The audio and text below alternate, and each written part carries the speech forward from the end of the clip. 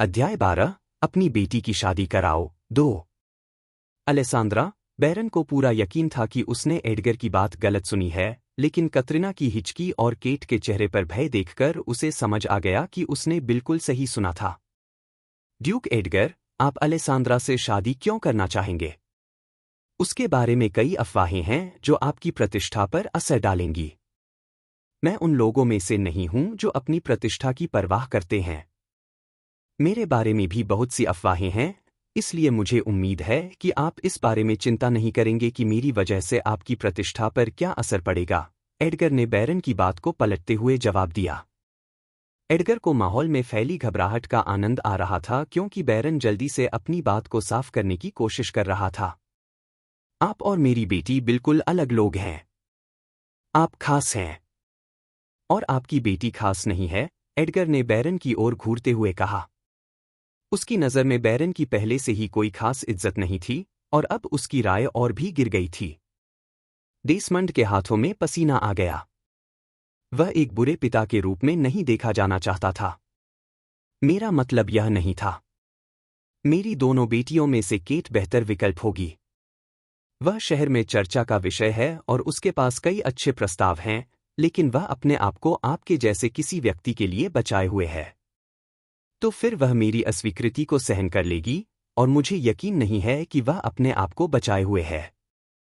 इन दिनों red light area काफी व्यस्त है, एडगर ने बैरन की पार्टी में सुनी गई बात को याद करते हुए कहा। फिर क्या? कतरीना ने अपनी बेटी की ओर भ्रमित होकर देखा। केट कभी ऐसे स्थान पर नहीं जा सकती, ड्यूक एडगर। मैं अपने पति से सहमत हूं कि अलेसांद्रा आपके लिए सही नहीं है। केट को एक आदर्श पत्नी बनने के लिए पाला गया है। जितना आप लोग बोलते हैं, उससे यह समझ में आता है कि आपने अलेसांद्रा को पूरी तरह से नज़रअंदाज कर दिया है। क्या वह शादी के लिए योग्य नहीं है? क्या उसे अपनी पूरी जिंदगी अपने पिता के साथ ही बितानी चाहिए? मैं यह बात केवल एक बार कहूंगा। मुझे केट में कोई दिलचस्पी नहीं है, एडगर ने आखिरी बार के लिए उनके प्रस्तावों को नकार दिया। मैं यहां अलेसांद्रा के लिए आया हूं। वह कहा है। ड्यूक एडगर, यह आपके लिए असभ्य है कि आप बार बार अलेसांद्रा के बारे में पूछ रहे हैं, जबकि हमने आपको बताया है कि वह आपके लिए सही विकल्प नहीं है। अगर यह कोई मजाक है जो आपने और मेरे पति ने मिलकर रचा है, तो यह बिल्कुल भी मजेदार नहीं है। आप अफवाहों के बारे में जरूर सुन चुके होंगे, कतरीना ने शांत स्वर में कहा, लेकिन भीतर से वह क्रोध से जल रही थी।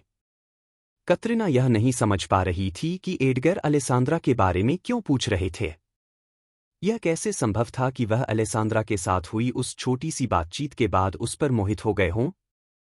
कोई भी अलेसांद्रा जैसे व्यक्ति से प्रेम कैसे कर सकता है? मैं आपकी पूरी फैमिली के बारे में फैली अफवाहों से अच्छी तरह से वाकिफ हूं।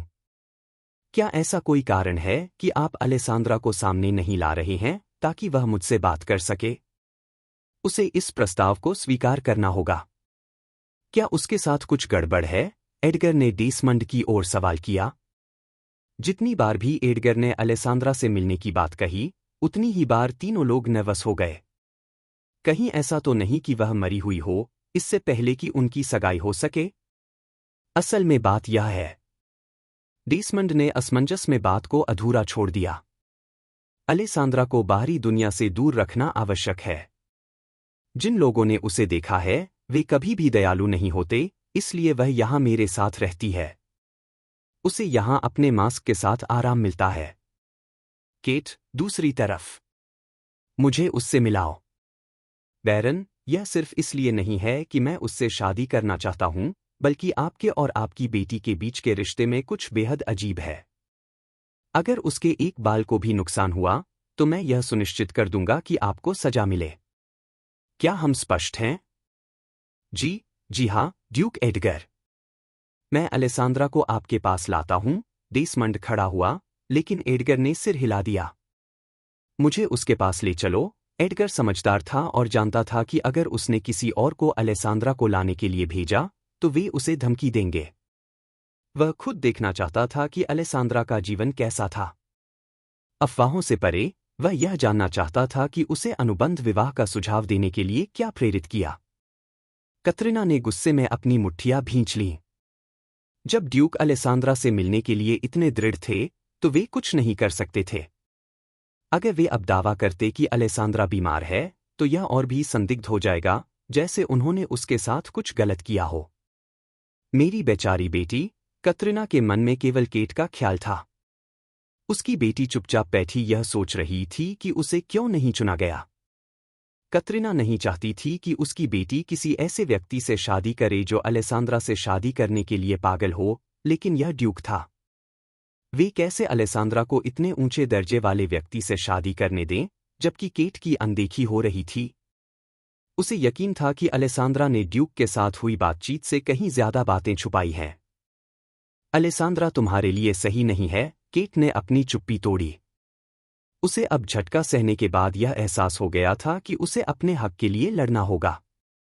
एडगर मुस्कुराया, यह देखकर कि वे उसे अलेसांद्रा को चुनने से रोकने की कितनी कोशिश कर रहे थे।